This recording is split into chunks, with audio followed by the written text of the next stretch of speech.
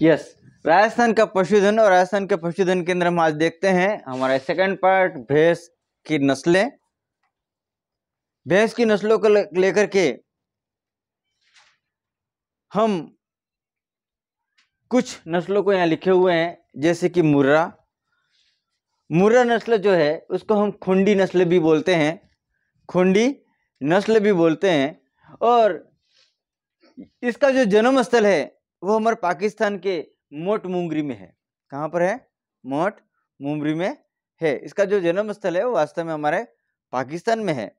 और ये जो भैंस है वह सर्वाधिक हमारे अलवर वाले क्षेत्र में, अजमेर वाले क्षेत्र में और अभी वर्तमान में हमारे दक्षिणी क्षेत्र में भी ये उपलब्ध हो रही है। और भरतपुर में भी यह नस्ल सर्वाधिक पाई जाती है।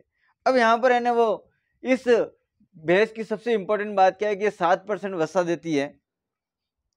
फैट की जो मात्रा है वो 7% है। और कुम्हेर में इसका प्रजनन केंद्र है। अब कुम्हेर कहाँ पर है? भरतपुर में। भरतपुर के कुम्हेर में इस भैंस का प्रजनन केंद्र है। अब यहाँ से हम जो क्वेश्चन जो एग्जाम को लेकर के निकला है वो ये है कि इस मुर्रा भैंस की विशेष गुण क्या होता है। अगर ये दूध वाला ऑप्शन नहीं हो तो इसके सींग कैसे होते हैं? गोल मुड़े हुए यानी कि ओढ़नी की तरह होते हैं। और इसकी पूंछ सबसे बड़ी बात है, क्योंकि ये अधिकतर है ना वो सींगों को लेकर क्वेश्चन नहीं बनाता है। ये क्या कहते हैं ना, वह नस्लों को लेकर के, दूध को लेकर के भी ये प्रश्न नहीं बनाता है, लेकिन इसकी पूंछ को लेकर बताता है। तो बताइए इस मुर्रा भैंस की पूंछ की क्या विशेषता होती है?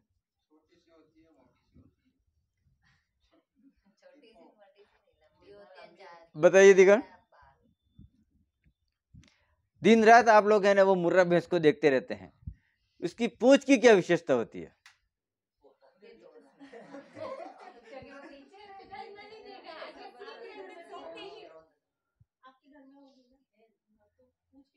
कैसे होती है पूंछ इसकी?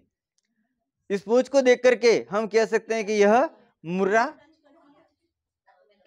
भैंस हो सकती है।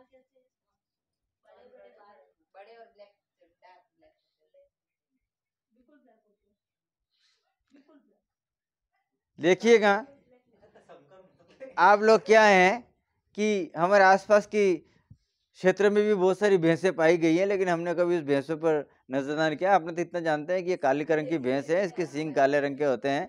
ये बहुत चिकनी चिकनी नस्ल की होती है ये, लेकिन इसकी जो पूंछ होती है इसकी सबसे बड़ी विशेषता होती है। और उसी पर हमारा आरपीएससी ने क्वेश्चन लिया है। उसकी जो ये पूंछ होती है वो एक तो लंबी होती है, सबसे बड़ी बात। और ये जो पूंछ का जो लास्ट वाला भाग होता है, इसमें आधा भाग, ये आधा वाला भाग सफेद होता है। आधा भाग जो होता है वो सफेद रंग का होता है। और जब सफेद रंग का होता है तो आपको समझना है कि यह मुर्रा नस्ल है। इसकी पूंछ से पता लगता है कि यह नस्ल कौन सी है। और देखना भी क्यों पड़े अपने को। लेकिन हमारे आरपीएससी और कर्मचारी चयन बोर्ड के एग्जाम को लेकर के हमको भैंसों के पूंछ को भी देखना है, उसके बालों को भी देखना है। तो देखिएगा ये मुर्रा नस्ल की सबसे महत्वपूर्ण विशेषता है। दूसरे नंबर पे आती है हमारे जाफराबादी। और ये जो जाफराबादी जो नस्ल है वो गुजरात के काठियावाड़ी क्षेत्र में इसका जन्म स्थल माना गया है। काठियावाड़ी क्षेत्र में इसका जन्म स्थल माना गया है। लेकिन ये जो नस्ल जो है वह वसा को लेकर के राजस्थान में प्रथम, यानी सबसे ज्यादा फैट हमको जाफराबादी नस्ल से मिलता है। जाफराबादी नस्ल से मिलता है।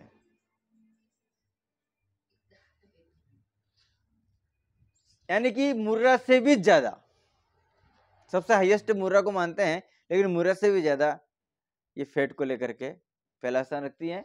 और ये हमारे रहने वह जालोर, सिरोही, बाड़मेर और उदयपुर क्षेत्र तक ये जाफराबादी नस्ल की भैंसें उपलब्ध हैं।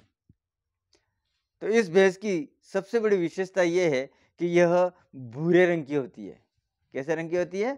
एकदम ब्लैक न होकर के भूरा मटमैला कलर, मिट्टी जैसा कलर जो होता है, न तो ज्यादा ब्लैक और न ही व्हाइट जैसी स्थिति की ये भैंस होती है। उसके बाद में है हमारी भदावरी, और ये जो भदावरी है वह भी हमारे जालौर, सिरोही और पाली वाले क्षेत्र के अंदर उपलब्ध है। और इस भदावरी के अंदर एक नस्ल है जिसका नाम है रथ, यानी कि एक मादा भैंस है जिसका नाम है रथ। इसको बेस्ट फीमेल पशु का अवार्ड मिला हुआ है। क्वेश्चन आ सकता है, राजस्थान की उस नस्ल का नाम बताइए जिसमें बेस्ट मादा अवार्ड दिया गया है, बेस्ट मादा अवार्ड। तो वो कौन सी है? भदावरी। लेकिन उसमें उस भदावरी के अंदर जो भदावरी नस्ल की जो ये भैंस है उसके बच्चे का नाम दिया है। जैसे हम लोग अपने बच्चों के अलग अलग नाम रखते हैं वैसे नाम रखा हुआ है, और उस बच्चे का क्या नाम है? रथ।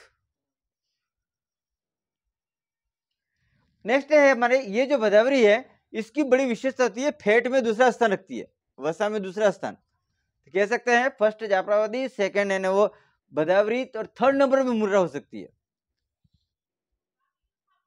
थर्ड नंबर पर मुर्रा आती है। ये स्थिति हमारे इस भैंसों को लेकर के है। उसके बाद में आती है सुरती। सुरती नस्ल की जो भैंस है वो हमारे उदयपुर, सिरोही और झालावाड़ क्षेत्र में पाई जाती है। और इसका जो उत्पन्न जो क्षेत्र है वह भी हमारे बाड़मेर वाले क्षेत्र में माने। तो सुरती भैंस की क्या विशेषता होती है? इस सुरती भैंस की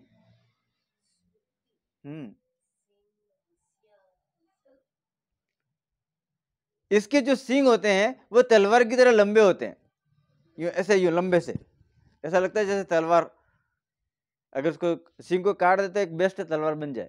यानी कि लंबे सींग होते हैं और तलवार नुमा होते हैं, तलवार नुमा होते हैं। और ये हमारी सुरती की है। उसके बाद में आती है नागपुरी। ये हमारे महाराष्ट्र के नागपुर से इसका जन्म स्थल है। और ये नागपुरी जो नस्ल की जो भैंस है वो भी हमारे राजस्थान के अंदर उपलब्ध है। और ये जो नागपुरी जो नस्ल की जो भैंसें हैं वो हमारे कोटा, बारा और झालावाड़ क्षेत्र में पाई जाती है। और मेहसाणी, हम इससे आपको स्वतः ही पता चल रहा है कि जो मेहसाणी जो नस्ल है वो गुजरात के अंदर मेहसाणा नामक स्थान पर इसका जन्म स्थल माना गया है। और यह हमारे बाड़मेर के अंदर, झालोर के अंदर, उदयपुर के अंदर और बांसवाड़ा और डूंगरपुर में यह मेहसाणी नस्ल की भैंसें पाई जाती हैं। तो इन भैंसों को लेकर के वल्लभनगर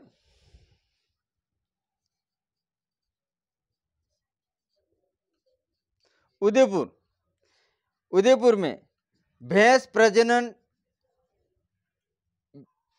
उदयपुर में भैंस प्रजनन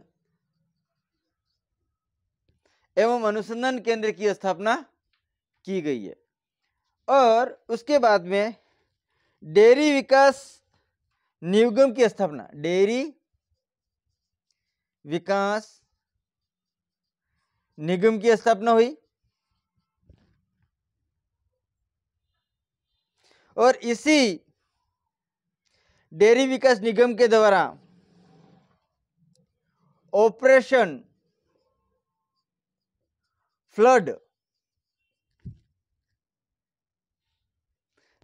तृतीय चलाया गया, तृतीय चलाया गया। देखिएगा, वल्लभनगर में तो हमारे भैंस प्रजनन एवं अनुसंधान केंद्र बना हुआ है। इसी भैंसों के ऊपर डेयरी विकास निगम की स्थापना हुई। इस डेयरी विकास निगम ने ऑपरेशन फ्लड तृतीय जो योजना है उसका संचालन किया है। अब आता है यहाँ पर इन भैंसों को लेकर के सबसे बेस्ट वेराइटी का भैंसा कौन सा है?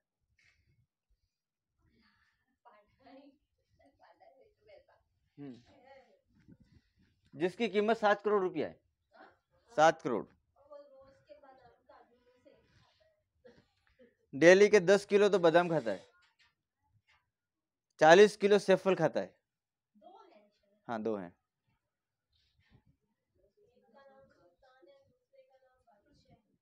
यस, दो बहुत मस्त महत्वपूर्ण भैंसे हैं हमारे राजस्थान के अंदर इन भैंसों के लिए, और वो है हमारा पहला है बादशाह, और दूसरे नंबर का है सुल्तान।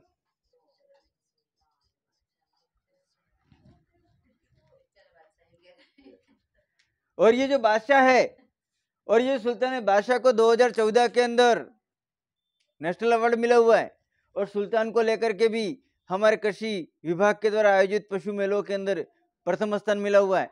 और ये दोनों जो हैं उदयपुर के अंदर, और दोनों जो हैं वह कई दूसरी जगह जब जाना होता है तो ये एयर कंडीशन गाड़ी के अंदर जाते हैं, ये स्पेशल इन भैंसों को लेकर के इतनी सिक्योरिटी रहती है। तो इसकी कीमत है वो 7 करोड़ है,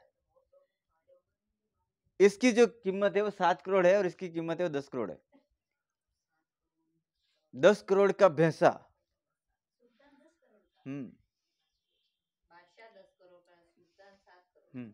तो देखिएगा ये बादशाह जो है 2014 के अंदर पुरस्कार लेके गया, और सुल्तान है वो हमारे 2016 के अंदर अवार्ड लेके गया, और वर्तमान में भी अवार्ड लेकर गया। जहां जहां पे भी कृषि के मेले का जो आयोजन होता है जहां पर, तो यहाँ पे पुरस्कार। और ये प्रतिदिन 8 किलो बादाम, 40 किलो सेफल खाते हैं, और पर डे इसका जो खर्चा है वो 30,000 से ऊपर का है, पर डे का खर्चा।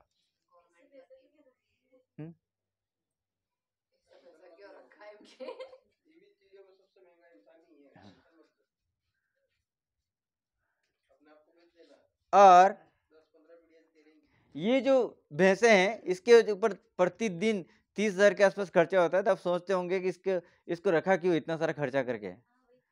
मैं बता दूं कि इन भैंसों के द्वारा सीमन तैयार किया जाता है, और उसका जो एक इंजेक्शन होता है वो 5,000 रुपये का आता है। 5,000 का एक इंजेक्शन आता है, और यह 20 लाख के आसपास में मंथली खर्चा है, लेकिन ये 60 लाख से ऊपर की कमाई दे रहा है। इसको पूरी तरह से 8 9 वैज्ञानिक इसके ऊपर लगे हुए हैं। खाना पीना, डाइट देना, सब कुछ लिमिटेशन में चल रहा है। सुबह कौन सा देना, शाम को कौन सा देना, रात को कौन सा देना, और 60 लाख के आसपास का सीमन। और इन दोनों भैंसे की विशेषता ये है कि ये इसके सीमन का जिस भी भैंस के ऊपर इंजेक्शन लगा हुआ है वो 35 लीटर दूध देती है। कितना? वर्तमान में वो जो पाड़ी है जब वो ब्याह देगी तो 35 लीटर दूध। अपन तो उस इंजेक्शन को ला ही नहीं सकते अभी वर्तमान में। अभी तो वर्तमान में इसकी कीमत ज्यादा होगी, 10,000 से 12,000 के आसपास चल रही है एक इंजेक्शन की कीमत। कभी आप यूट्यूब पर पे सर्च कीजिए बादशाह और सुल्तान, इतने सुपर भैंसे हैं कि पूछो मत। उसका केयर, और जब भी ये कहीं दूसरी जगह जाते हैं, जब दूसरी जगह जब जाते हैं ना ये भैंसे, तो एयर कंडीशन की गाड़ी में जाते हैं, बाय प्लेन भी जाते हैं फॉरेन के अंदर। ये इतनी जबरदस्त व्यवस्था कर रखी है, और वो भी पर्सनल व्यक्ति है, गवर्नमेंट इस पर सिर्फ सपोर्ट कर रही है। वैसे ही हमारे राजस्थान के अंदर इन भैंसों के ऊपर जैसा वर्क हो रहा है वैसे गधों पे भी हो रहा है। और हमारे राजस्थान का गधा ऐसा है जिसकी कीमत है ना वो 27 करोड़ रुपया। गधे की कीमत, एक गधे की कीमत। तो सोचिए जो गधे को 27 करोड़ का तैयार कर सकता है तो उस आदमी का दिमाग कितना तेज होगा। जैसे कि हम तो रीड की तैयारी करने वाले में अपने को अभी तक पता ही नहीं है कि सुंडी कहाँ है, कि बादशाह भी है कोई, कि सुल्तान भी है कोई।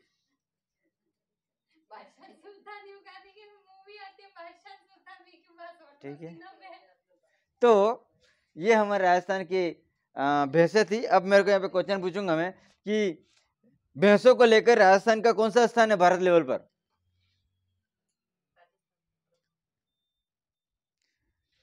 राजस्थान जो है वो भारत स्तर पर तीसरा स्थान भैंसों को लेकर रखता है, और पहला स्थान हमारा उत्तर प्रदेश है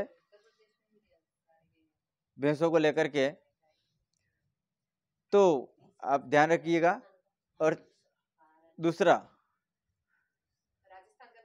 स्थान है उत्तर प्रदेश।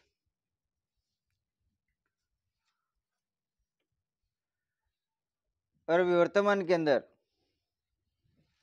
6.51% भैंसों की जनसंख्या में वृद्धि हुई है। 6.51% भैंसों की वृद्धि हुई है। इस तरह से हमारे राजस्थान की यह दूसरी नस्ल, दूसरा पशुधन जिसको हम भैंस बोलते हैं, इसकी हमने डिटेल्स दी है। मैं आशा करता हूं कि भैंसों को लेकर के भी आपको बहुत अच्छी तरह से ज्ञान प्राप्त हुआ होगा। यहाँ पर भी मैं आपके लिए क्वेश्चन छोड़ता हूँ। वसा के आधार पर क्रमबद्ध भैंसों के नाम लिखने हैं। वसा के आधार पर क्रमबद्ध, जिस तरह गायों का क्रमबद्ध मैंने बोला था, वैसे ही भैंसों को लेकर के भी क्रमबद्ध वसा को लेकर के और दूध को लेकर के आपको लिखना है। अब नेक्स्ट तीसरे नंबर की आती है और वो है हमारी भेड़।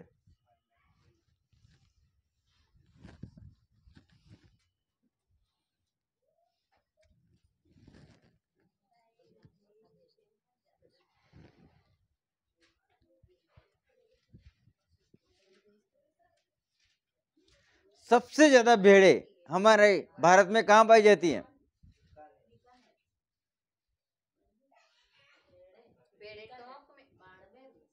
मैंने पूछा है भारत में सबसे ज्यादा भेड़े कहां पाई जाती है?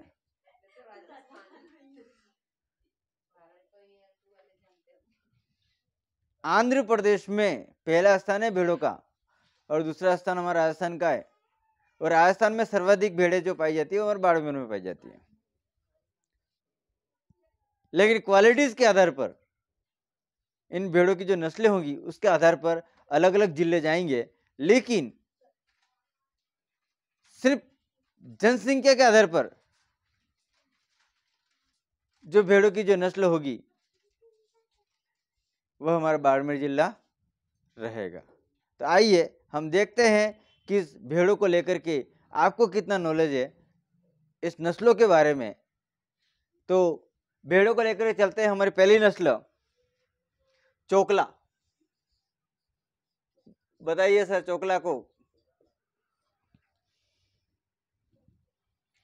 जिसे हम छापर, जिसे हम शेखावटी भी बोलते हैं, क्या विशेषता है इसकी?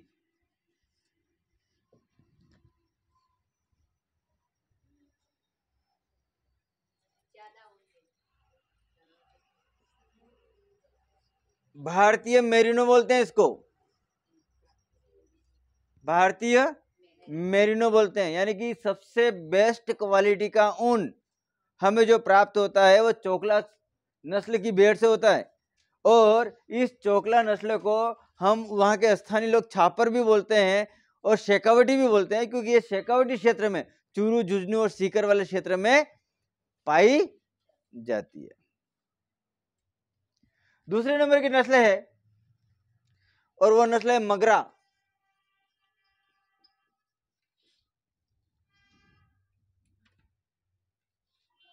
इसको हम बीकानेरी चोकला बोलते हैं, बीकानेरी चोकला बोलते हैं। और इस नस्ल से 2 किलो ऊन प्राप्त होता है। और ये हमारे बीकानेर, चूरू, नागौर वाले क्षेत्र के अंदर ये पाई जाती है मगरा नस्ल। देखिएगा, भारतीय मेरिनो किसको बोलते हैं? चोकला को, क्योंकि बेस्ट। और इसका मतलब कहते हैं कि इसके बाद जो अगर कोई दूसरा स्थान आता है उनको लेकर के, तो वो है कौन सी है? मगरा नस्ल। इसलिए इसको क्या बोला है? बीकानेरी चोकला।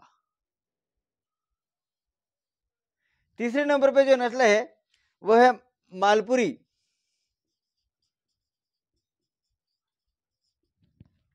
और इस नस्ल को लेकर के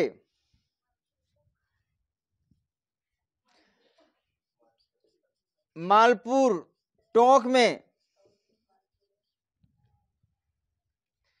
प्रजनन संस्थान बना हुआ है।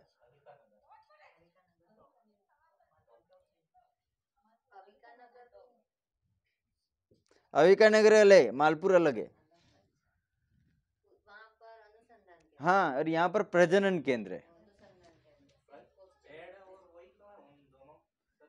दोनों अलग अलग हैं। अविका नगर टोंक अनुसंधान केंद्र है और ये क्या है? प्रजनन केंद्र, मालपुर टोंक।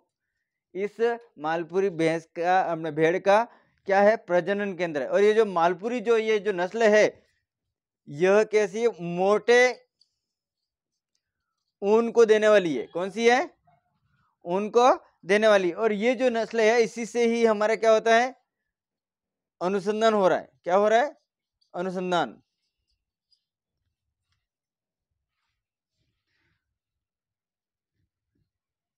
अब आता है सोनाड़ी।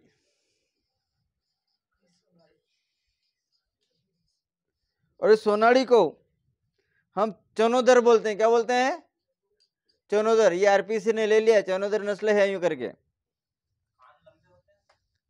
इसके जो कान होते हैं वो लंबे होते हैं। ये हमारे डूंगरपुर, उदयपुर, बांसवाड़ा, चित्तौड़ वाले क्षेत्र के अंदर पाई जाती है। तो हम इसको कह सकते हैं कि इसका भी अनुसंधान केंद्र है, भेड़ प्रजनन व अनुसंधान केंद्र है, और वो है चित्तौड़। चित्तौड़ को लेकर, चित्तौड़ में जो अनुसंधान केंद्र बना वो किस पे बना है, सोनाड़ी पे। और इसकी विशेषता क्या है कि जब भी ये चारा चरती है, जब भी ये घास को खाती है, तो उसके कान क्या होते हैं, जमीन को छूते हैं।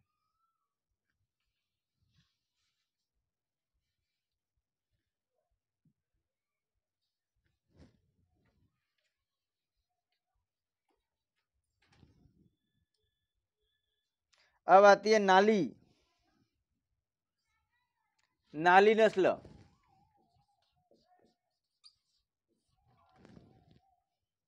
गंगानगर, बीकानेर, हनुमानगढ़ के अंदर पाई जाती है। और इस नाली की विशेषता होती है सबसे ज्यादा ऊन, सबसे ज्यादा ऊन देती है। लेकिन क्वालिटी वाला नहीं है, क्वालिटी वाला नहीं है, खाली ऊन की मात्रा ज्यादा दे रही है।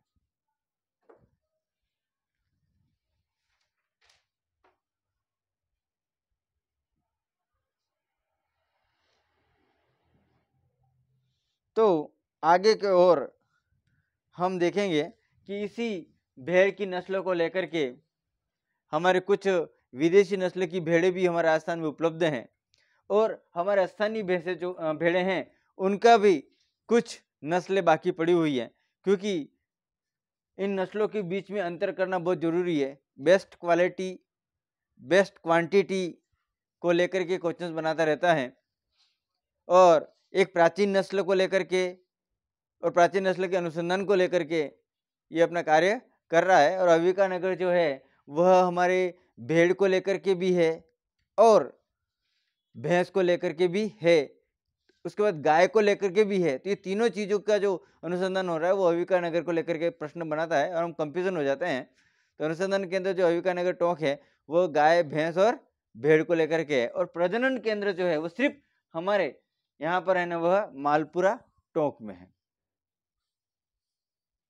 तो प्रश्न बनाते समय जब प्रश्न होंगे उसको आपको ध्यान में रखना है कि क्या ये अविका नगर के लिए बात कर रहा है या मालपुरा के लिए बात कर रहा है। ठीक वैसे ही हमारे है ना वह मालपुरी मोटे ऊन को लेकर के जैसी बात होती है, वैसी सोनाड़ी जो कि हमारे घटिया नस्ल की नस्ल भी कही गई है, चनोदर जिसको हम बोलते हैं।